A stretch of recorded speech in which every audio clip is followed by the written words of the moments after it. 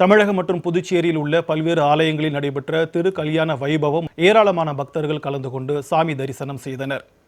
இதேபோல் பூண்டி மாதா பேராலய ஆண்டு பெருவிழா கொடியேற்றத்துடன் கோலாகலமாக தொடங்கியது.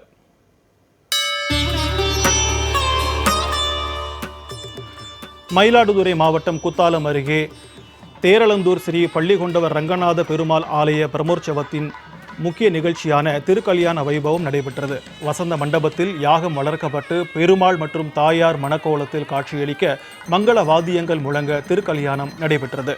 இதில் ஏராளமான பக்தர்கள் பங்கேற்று சுவாமி தரிசனம் செய்தனர்.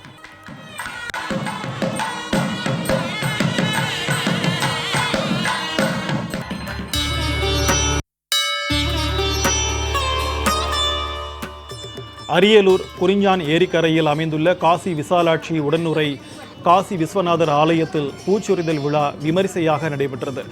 முன்னதாக 100க்கும் மேற்பட்ட பெண்கள் கூடைகளில் பூக்களை ஏந்தியவாறு நகரின் முக்கிய வீதியில் வலம் வந்து சிவபெருமானுக்கு மலர்களை தூவி பூச்சொரிதல் செய்தனர். மழை வேண்டி நடைபெற்ற பூச்சொரிதல் விழாவில் சிறுவர்கள் சிவபெருமான் விசாலாட்சி அம்மன் வேடம் அணிந்திருந்தனர். இதில் திரளான பக்தர்கள் கலந்து கொண்டு சாமி தரிசனம் செய்தனர்.